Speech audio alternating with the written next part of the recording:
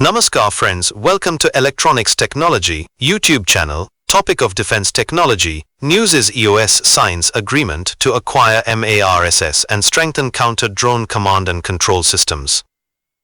Electro-Optic Systems Holdings Limited has entered into an agreement to acquire the MARSS Group business, a Europe-based provider of command and control systems used to counter drone threats.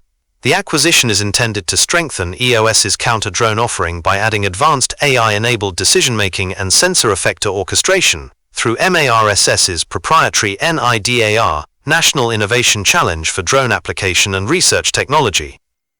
MARSS was established in 2006 and develops sensor fusion technology and AI-enabled C2 systems primarily for counter-drone applications. The transaction includes MARSS's NIDAR National Innovation Challenge for Drone Application and Research software and hardware, associated customer contracts, intellectual property and personnel.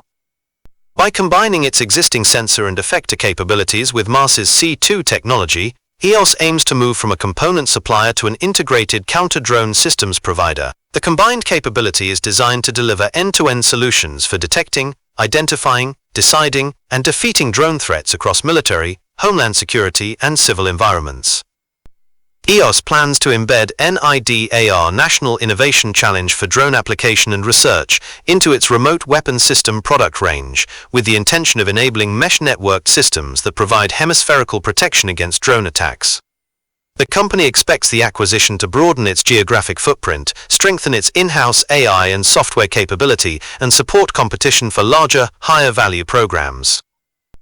The transaction is structured as an asset acquisition, with an upfront cash payment of $36 million and a potential earn-out linked to new MARSS sales, capped at €100 million. The acquisition is expected to be broadly neutral for earnings and operating cash flow in 2026, with completion anticipated in 2026 subject to customer, regulatory and other approvals.